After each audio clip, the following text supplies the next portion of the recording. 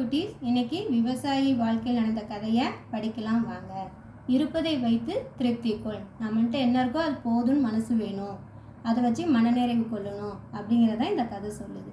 பண்ணையாள் ஒருவன் காட்டின் வழியாக சென்று கொண்டிருந்தான். பண்ணையாள்னு விவசாயி, ஃபார்மர். அவன் ஒரு நாள் ஃபாரஸ்ட் பாதை வழியாக போயிட்டு இருந்தான்.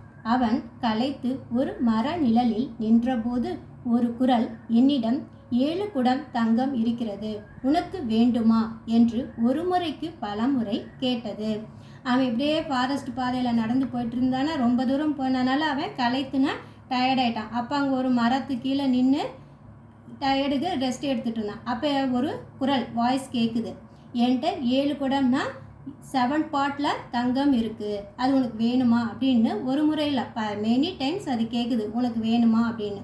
அவனும் வேண்டும் என்றான். அவனும் என்ன சொல்கிறான், அந்த பண்ணையாள் ஃபார்மரு, எனக்கு வேணும் அப்படின்னு சொல்கிறான். வீட்டிற்கு போ, 7 குடம் நிறைய தங்கம் இருக்கிறது என்று சொல்லியது. அந்த மேஜிக் வாய்ஸ் என்ன சொல்லுது அப்படின்னா, நீ வீட்டுக்கு போ, அங்கே போனீன்னா 7 பாட் நிறைய கோல்டு உனக்கு தங்கம் அங்கே இருக்கும் அப்படின்னு சொல்லுது. வேகமாக வீட்டிற்கு வந்தான். அவன் ரொம்ப ஃபாஸ்ட்டாக வீட்டிற்கு வரான். ஏன்னா தங்கம் இருக்குல்ல வீட்டில், பார்க்கலாம் அப்படின்னு சொல்லி வேகமாக வரான். 7 குடங்கள் இருந்தன. அங்கே வீட்டுக்கு போய் பார்த்தோன்னே என்ன இருக்காங்க, 7 பாட்டு இருக்குது. ஒவ்வொன்றையும் திறந்து பார்த்தான். ஒவ்வொரு பாட்டையும் ஒன்றொன்னா திறந்து பார்க்குறான், ஓப்பன் பண்ணி பார்க்குறான். 6 குடங்களில் நிறைய தங்கம் இருந்தது, ஒன்றில் மட்டும் பாதி இருந்தது. 6 பாட்டில் மட்டும்தான் நிறைய ஃபுல்லாக கோல்டு இருக்குது, ஒன்றில் ஒரு பாட்டில் மட்டும் பாதி ஹாஃப் தான் இருக்குது. அவன் 6 குடங்களில் இருப்பதை பற்றி சந்தோஷப்படவில்லை. 6 பாட்டில் 6 பாட்டில் கோல்டு வந்து நிரம்பி இருக்குது, ஃபுல்லாக இருக்குது அப்படின்னு அவன் சந்தோஷப்படல. ஒரு குடம் குறைவாக இருக்கிறது என்று வேதனைப்பட்டான். ஒரு குடத்தில் பாட்டில் மட்டும் ஹாஃபாக இருக்குல்ல, அதை பார்த்தோன்னா அவனுக்கு கவலையாக இருக்குது. ஐயோ இதுவும் ஃபுல்லாக இருந்திருக்கலாமே அப்படின்னு. கிடைச்ச 6 பாட்டில் தங்கம் இருக்குது அப்படின்னு அவன் ஹாப்பியாக இருக்கணும். அதை விட்டுட்டு இந்த பாதி குறைவாக இருக்குது அப்படின்னு சொல்லி அவன் கவலைப்படுறான். தன்னிடம் இருந்த பொன் நகைகளை எல்லாம் உருக்கி குடத்தில் போட்டான். அவன்கிட்ட இருக்க பொன் நகைன்னா கோல்டு ஜுவல்லரி, இந்த செயின், வளையல், மோதிரம், அது மாதிரி நகையெல்லாம் இருக்குல்ல ஜுவல்லரிஸ், அதெல்லாம் என்ன செய்கிறான், மெல்ட் பண்ணி அந்த பாட்டெல்லாம் போடுறான். நிறையவில்லை, அப்பயும் அந்த பாட்டு ஃபுல்லாகலை. தன் வீட்டிலிருந்து தானியங்கள், பாத்திர பண்டங்களை எல்லாம் விற்று தங்கம் வாங்கி போட்டான். இதெல்லாம் நகத்தை ஆபரணங்கள் ஜுவல்ஸ் எல்லாம் உருக்கி போட்டான். அது பத்தலைன்ட்டு என்ன செய்கிறான், வீட்டில் இருக்கிற தானியங்கள், அரிசி, பருப்பு, பாத்திரங்கள், சமையல் பாத்திரம்லாம் இருக்குல்ல, கரண்டி, அந்த மாதிரி வீட்டில் இருக்க பாத்திரங்கள், பண்டங்கள் எல்லாம், சாமான் எல்லாத்தையுமே விற்று என்ன செய்யறான், தங்கம் வாங்கி அந்த குடம் நிறைய தான் பார்க்குறான். அப்போதும் குறைவாகவே இருந்தது. அப்போதும் அந்த பாட்டில் வந்து தங்கம் நிறையல, கம்மியாக தான் இருக்குது. அதன் பிறகு சம்பாதித்ததை வயிற்றுக்கும் சாப்பிடாது தங்கம் வாங்கி நிரப்பா பார்த்தான். இது போதாதுன்னு அவன் என்ன செய்யறான், வேலை செஞ்சு சம்பளம் வருதுல்ல, அதெல்லாம் கூட வயிற்றுக்கும் சாப்பிட, அதை வச்சு சாப்பிடாம அதுக்கும் தங்கம் வாங்கி அந்த பாட்டு நிறைய தான் பார்த்தான். நிரம்பவில்லை. தங்கம் வாங்க பிச்சை எடுத்தான். அவன் என்ன செய்கிறான், வீட்டில் இருக்க சாமான் எல்லாத்தையும் விற்று அப்பயும் நிரம்பல. அப்புறம் அவன் சம்பாதிச்சதை சாப்பிடாம அதுக்கும் தங்கம் வாங்கி பார்த்தா நிரம்பல. கடைசி என்ன செய்கிறான், பிச்சை எடுக்கிறான். இந்த மாதிரி கோயிலெல்லாம் காசு கொடுங்கன்னு கேட்பாங்கள்ல, அது மாதிரி இவன் போய் பிச்சை எடுக்கிறான். அவனும் அவன் மனைவியும் சரிவர சாப்பிடாமல் துரும்பாய் இழைத்தனர். அவன் மனைவி 2 பேரும் என்ன செய்கிறாங்க, ஹஸ்பண்ட் ஒய்ஃப் 2 பேரும் சாப்பிட்றது கிடையாது. அந்த காசெல்லாம் மிச்சம் பிடிச்சி தங்கம் வாங்கி அது நிறையதா அப்படின்னு பார்க்குறாங்க. அதனால் என்ன செய்கிறாங்க, துரும்பாய் இழைத்தனா ரொம்ப மெலிஞ்சு போயிட்டாங்க. நல்லா சாப்பிட்டு ஃபேக்டாக இருக்காமல் ரொம்ப ஒல்லியாக, துரும்புனா அந்த குச்சி மாதிரி ரொம்ப மெலிஞ்சு போயிட்டாங்க. பண்ணையாருக்கு இது தெரிந்து அவனை விசாரித்தார். பண்ணையார்னா லேண்ட் ஓனர், இப்போ எப்படி ஹவுஸ் ஓனர் சொல்கிறாங்களோ அந்த மாதிரி லேண்ட் லார்டு அவங்க. இவருக்கு ஓனர் மாதிரி. அவர் என்ன செய்கிறாரு, இந்த விவசாயி இப்படி ரொம்ப திரும்ப மெலிஞ்சி போயிருக்கானே, என்ன விஷயம் அப்படின்னு பார்த்து அவனை பார்த்து என்கொயரி பண்ணுறார். கேட்குற, என்னப்பா எப்படி இருந்த நீ இப்படி ஆயிட்ட அப்படின்னு. அவன் விவரத்தை கூறினான். அவன் டீட்டெயில் சொல்கிறான்.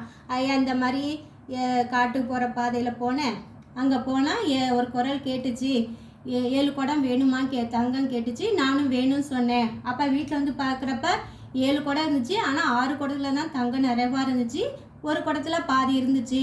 அப்புறம் நான் சம்பாதிச்சது வீட்டில் உள்ள பாத்திரம் விற்று எல்லாமே தங்கமாக்கி போட்டாலும் அது நிறையல, அப்படின்னு அந்த நடந்த விவரத்தெல்லாம் டீட்டெயிலாக சொல்கிறான்.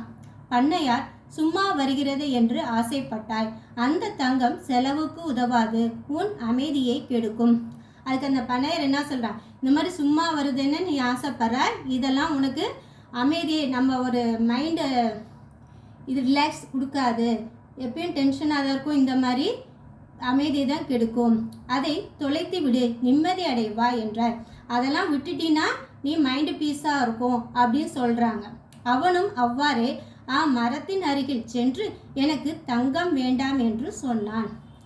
மாயக்குரலும் சரி என்றது.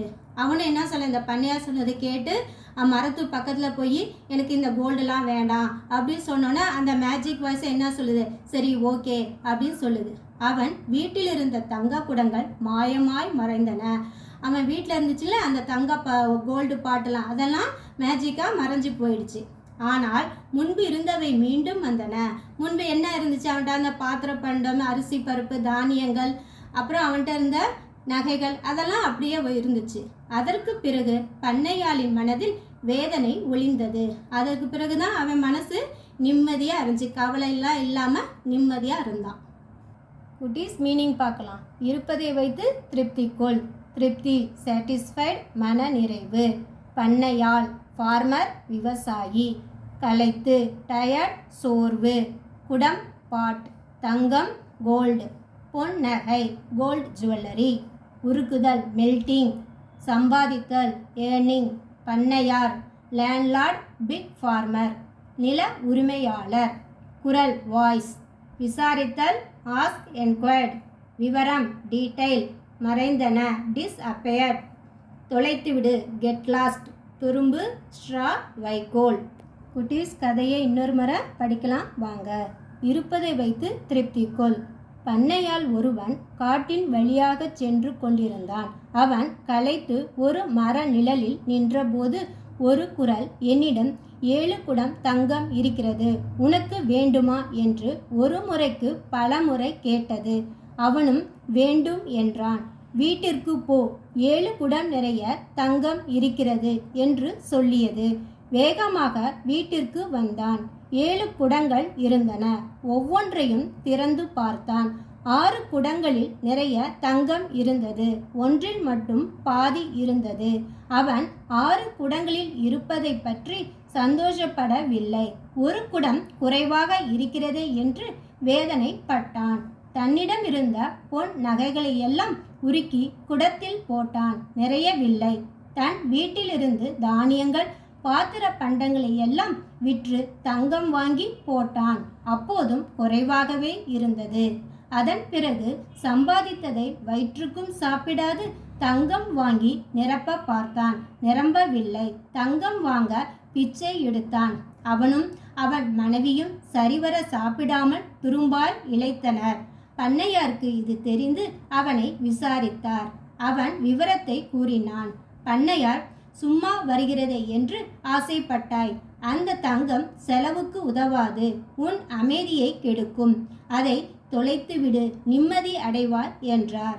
அவனும் அவ்வாறே அம்மரத்தின் அருகில் சென்று எனக்கு தங்கம் வேண்டாம் என்று சொன்னான். மாயக்குரலும் சரி என்றது. அவன் வீட்டிலிருந்த தங்க குடங்கள் மாயமாய் மறைந்தன.